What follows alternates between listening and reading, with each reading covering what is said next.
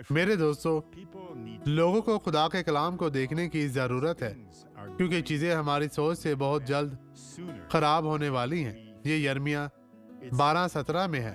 लेकिन अगर वो शिनवा ना होंगे तो मैं उस कौम को यकलख्त उखाड़ डालूंगा और निस्तो नाबूद कर दूंगा।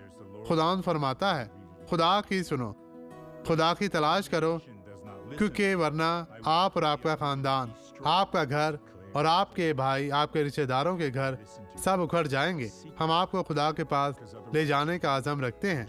इस गवाही को देखें और बरकत पाएं। देखें कि खुदा कैसे आपके साथ है। वो आपको अपने पास बुलाता है। तौबा करें, अपने गुनाहों का इकरार करें और मसीह में कायम रहें। ये गवाही देखें।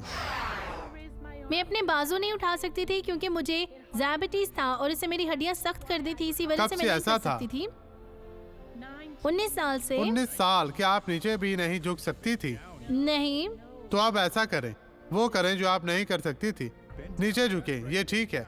नीचे झुके, खुदा अब आपको बरकत दे रहा है। आप ये कर सकती हैं। खुदा ऐसा कर रहा है। आप दुआ से पहले कितना झुक सकती थी? बस इतना। और अब जी, अब मैं नीचे जा सकती हूँ। दोबारा करें, देखिए और देखिए, वो मंजिल तक पहुंच जाएगी।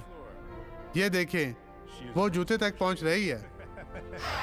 आए अब दुआ करें। बाप, हम दुआ करते हैं, हम अज़म रखते हैं, हम तमाम बुराइयों को अब छोड़ने का मुतालबा करते हैं। मुसाइब की रूह इस शख्स को छोड़ दे यीशु के नाम में।